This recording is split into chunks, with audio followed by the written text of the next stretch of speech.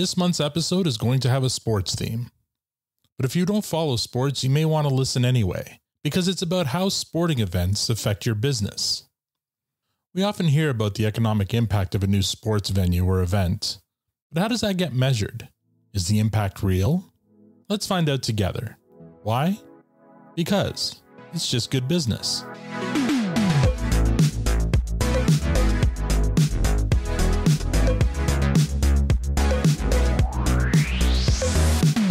I'd like to welcome my co-host for this month, Sean McCormick. Sean, thank you for pulling double duty this month. Always my pleasure, brother. I'm happy to be on the podcast. Take a guess as to why that might be. Why is that? Because it's just good business. Hey, that's my line. If you say so, my friend. Anyway, I say you're pulling double duty this month because normally you're on to bring the consumer spending data in the by the numbers segment. That is correct. I love helping you out. But this month you're also my co-host. And do you know why?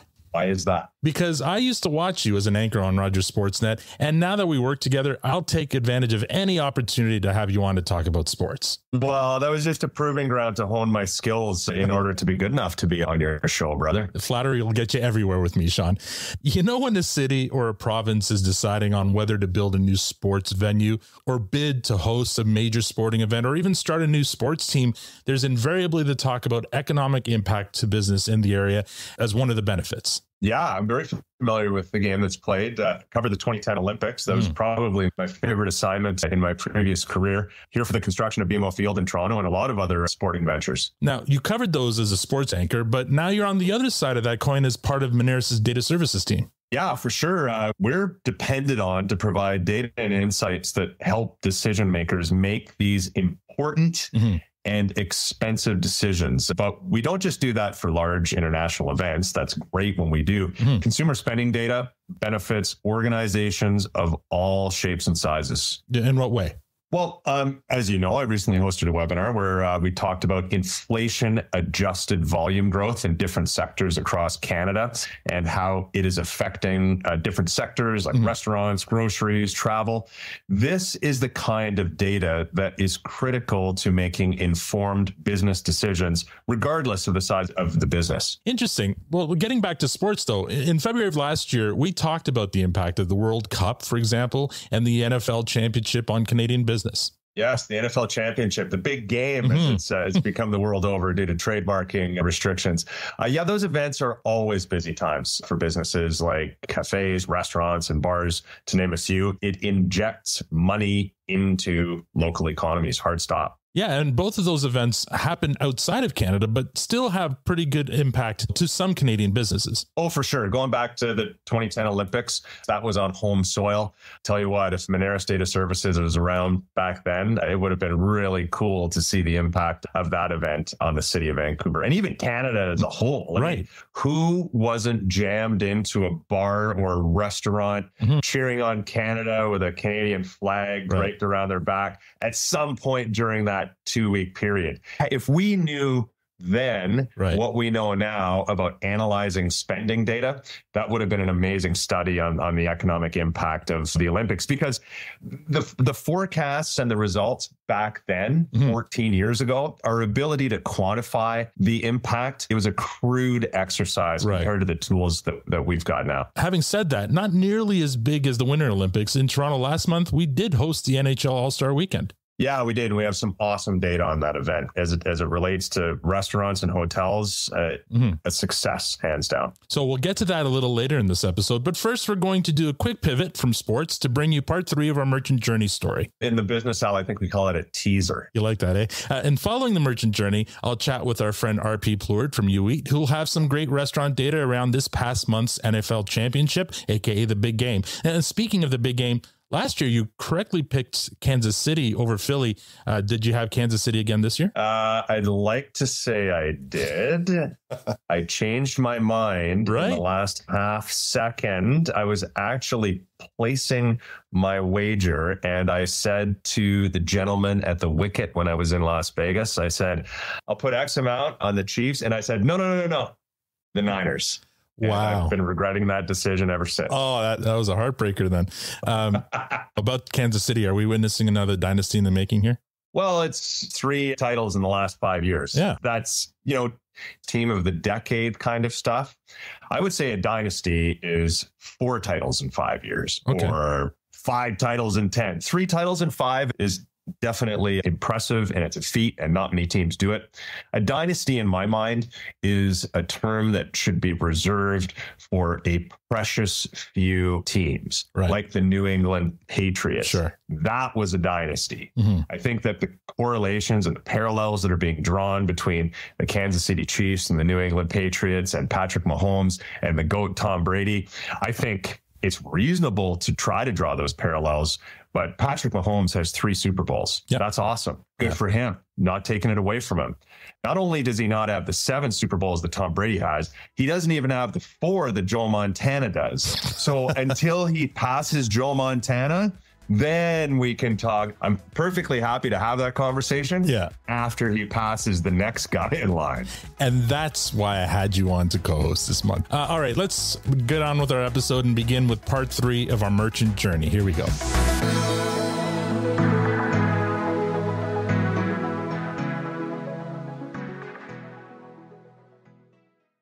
Hi, Sydney. How you doing today? I'm good, Al. How are you? I'm not bad. Time for part 3 of our merchant journey story. Awesome. So for those who've been listening along, great. For those who haven't heard the first 2 parts, you may want to go back and listen to January and February's Just Good Business to hear the first 2 parts, so you know what's going on here. But basically, in part 1, we meet your friends Sam and Lindsay, who are the owners and operators of Save and Graze, which is a company that makes custom-made, delicious charcuterie boards.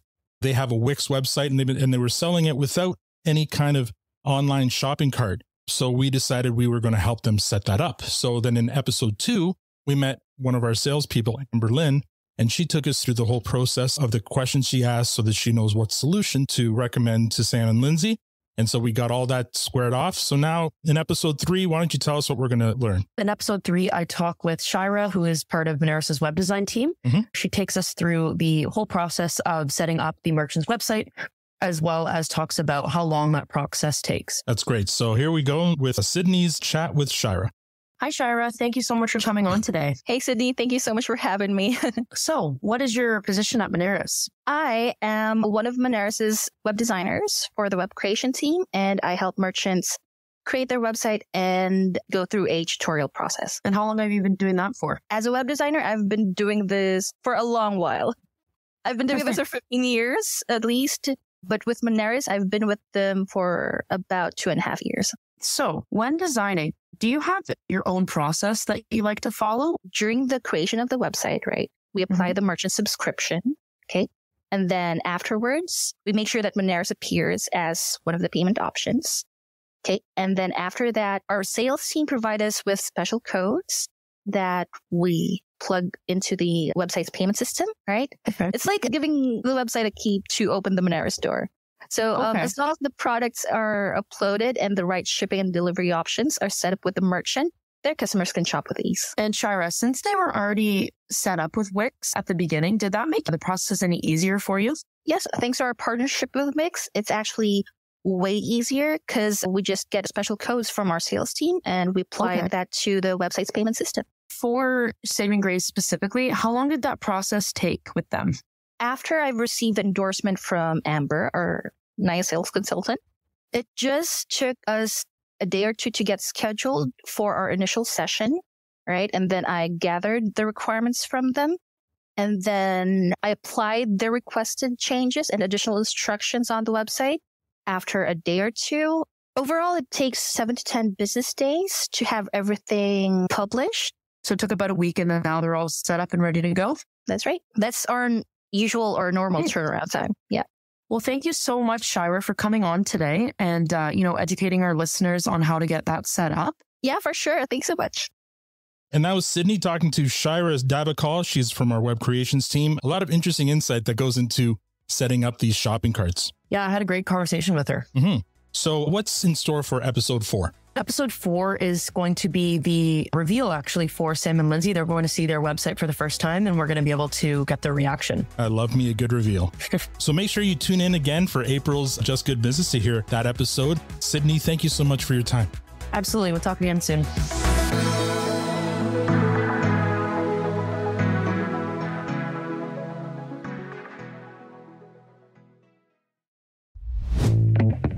Take your business into tomorrow today with Moneris Go, the payment terminal designed to help you thrive. Accept payments curbside, roadside, or even seaside? Let's go. Stay charged sunrise to sunset? Let's go. Simple setup, data reports, and 24/7 support? Let's go, let's go, let's go. Order today and enjoy no POS fees for 3 months and a cashback of up to $500. Terms and conditions apply. Visit go.moneris.com/let's go. Let's go. I'm joined by RP Plurd. He's a marketing expert at You Eat. RP, thank you so much for joining me today. Al, it's great to be back. For those who aren't familiar about You Eat, what exactly does You Eat do? So we offer ordering solutions for thousands of restaurants across Canada. We're talking about online ordering, self-serve kiosk, table ordering, multiple options to make their lives easier. Yeah. So, you're the perfect people to talk to about the economic impact of sporting events. And last month we had some big events happening that might have affected local business. Let's talk about that. We can't really legally say the name of the one event, but it did involve Taylor Swift and Usher. They weren't part of the sport, but they were there. So let's talk about the impact of the football championship that we had back in February. The numbers are in. Absolutely. So the numbers are in. There's many numbers that I'm excited to share. Again, we are the ordering providers of thousands of restaurants across Canada. So we can take a look at the specific data and commonalities between different restaurant types. So for the big game, one of the best piece of data that I'd like to share is the top selling menu items that we have across all the restaurants in Canada. I want to ask you the question. I want to venture a guess. What is the number one top selling menu item for the big game? For football, it's got to be chicken wings, right? It's funny because we actually had a survey on our social media about what is most popular during the big game. Is it going to be pizza? Is it going to be chicken wings? And pizza came out top. Okay. That makes sense. Yeah. Pizza is more common to order, but I love chicken wings. And so I can eat a ton of those. So you're spot on, Al. You're spot on. So we're talking about pizza, chicken wings as well. But there's a new contender in the top 3, and that is sushi. Who would have guessed, right? It's the first time that sushi's made our list for the big game. Okay. Well, you know what? I love sushi. I can eat a ton of sushi. And I guess it makes sense. It's not exactly finger food, but, chopstick food. Wow. So football fans are becoming a more refined audience, I guess. But again, I agree. We want to have some fun with these statistics and the data, but to bring this back over to what this means for the restaurant business. Last year, you and we had this conversation about takeout was actually making a comeback. We're talking about takeout versus delivery. This year, the trend continues. And I'm excited to share that this year for the big game, we're talking about a 75% takeout option was picked versus 25% for delivery. Wow. Last year, we had the idea of the reason behind this was people were trying to save a few bucks, right? So they would actually drive up to the restaurant, pick up their order because it is in fact a lot cheaper if you do pick it up yourself. But this year, again, it's clear 75% picked takeout. Right. And in February was also another event, which is different than a sporting event, but still a pretty busy day for restaurants. And that was Valentine's Day. Of course. And if it's okay, I'd love to share with you. Yeah, absolutely. As well. So for Valentine's Day, it is 80%. 80% of the customers picked takeout versus 20% for delivery. That is surprising. You can see the trend. Yeah, because Valentine's Day is generally a really big day for restaurants. And you picture that's because sweethearts want to take their dates out and eat out for a night. But you're saying that actually that trend that happened for the big game is also prevalent in Valentine's Day. Customers did show up at restaurants, just to make this clear. Yeah. But in this case, when people are ordering food online, they pick takeout more than ever.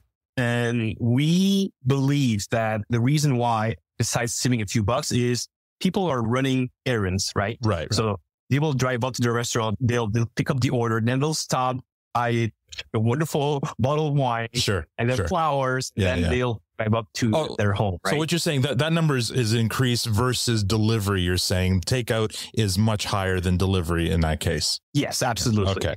food cost has gone up. Everything has gone up. Yeah. So if we could save a few bucks, we'll drive up to the restaurant and pick up our order ourselves. Now, did you guys see any new trends that happened in this past Valentine's and football season? So both events is a new trend, and that is pre-orders. So what we're talking here is the fact that customers are going to order ahead online their food for the big game or for Valentine's Day. All right. So I'm going to ask you the question just for fun. Which do you think it's Valentine's Day or this big game that customers pre-order the most? So, I mean, I would think it's Valentine's Day, but if you're relying on, and this is stereotypical, I know, but I feel like guys will pre-plan a football party, as bad as that sounds. I can see where you're coming from. The good news, maybe that's a good news. It is, in fact, Valentine's Day. Oh, okay, good. It's 49% pre-orders. All right. Wow. So 49% pre-orders. This is a new trend this year. And for the big game, it is only 29% pre-orders. So people, yes, are planning ahead. Right. But we feel like during the big game, let's order some food. Yeah. So it is 71% of the orders are ASAP when we're talking about the big. Yeah, that makes a lot of sense. And that also restores my faith in humanity, that there are people out there, planning ahead for these events. Now, if anybody wants to learn more about You Eat and the services you can offer for restaurants, where would they go? The best place is on our website, youeat.io. You'll find all the information and also the statistics. If you want to follow us on social media, the statistics I just shared with you are available there as well. Excellent. Thank you so much, RP, for your time today. Al, it was great. Thanks.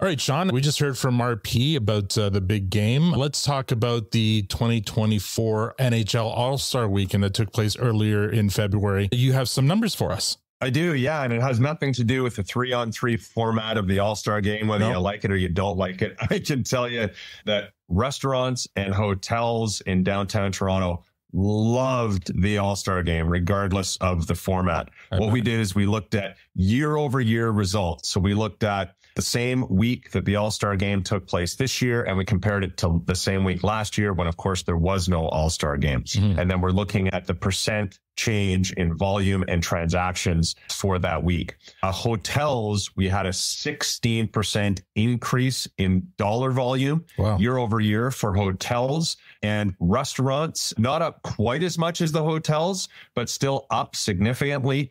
Total restaurant dollar volume in downtown Toronto was up 8% for the week. So think about that. 8% doesn't seem like a massive number, but to move the needle in a center the size of Toronto, it takes a lot. Right. Anytime that a city or a municipality or a province hosts an event, what is the economic impact of the event? We can actually get a lot more scientific. Our data services team, we've got an incredible service that we can measure the lift and the impact over time. But as far as a top level number, an 8% increase in restaurant spend year over year for that week is significant.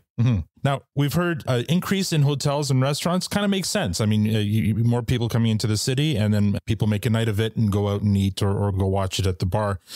What were some of the other segments that saw increases that maybe we wouldn't think about? I would say that you'd want to focus on foreign spend. Okay. As Torontonians, we might come out and support the event, but something like an all-star game is going to attract a lot of Americans, and also perhaps some overseas visitors, families of the all-stars, et cetera, et cetera. But, typically we're thinking about, folks from the U.S., particularly the Northeast U.S., maybe making that short trip to Toronto for the game. And if we look strictly at foreign spend, the numbers are actually really significant. So hotel spend year over year, looking only at spend from foreign consumers, up 46% year over year for the week of the All-Star game. Restaurants as well. Total spend on restaurants in downtown Toronto coming from foreign cards, up 63% year over year. There's going to be a lot of measures and a lot of metrics that the NHL and the city will use to figure out if this is a successful event or not. But when you look at the high level numbers of consumer spend, I got to think these are positive results. So whenever they say, an event like this will bring this much into the local economy, I mean, those are some big numbers coming from outside Toronto. Definitely. We saw it last year with the F1 event in Montreal. Right. We see it every year with the F1 event in Montreal, but particularly last year because that was one of the first years that the event was wide open again. Post-pandemic, right? And we saw a lot of foreign spend, more foreign spend coming from overseas than we're seeing with the NHL All-Star game. You know, that's just because of the nature of F1 fans. It's huge in Europe, obviously. Yeah. But definitely an impact there. So overall, I mean, the bigger and the more international the event, the better for a local economy. Definitely, there is an impact. Great. Thank you so much, Sean. My pleasure.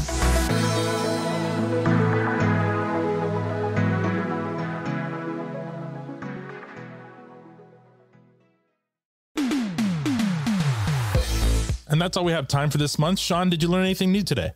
Yeah, that I need to start serving sushi alongside chili at my big game viewing parties. Yeah, and I learned that hosting big sporting events can mean big business to the host city. Correct. So if anyone wants to learn more about YouEat or Moneris' data services, I'll post links to both sites in the show notes. And if you're listening right now and you have any questions about anything business related, you can email us at podcast@moneris.com, and we'll try to answer them in future episodes. Sean, thank you so much for co-hosting this month. Always a pleasure, Al. On behalf of Sean, myself, and the rest of Moneris, it's just good business saying thank you for listening and see you in April.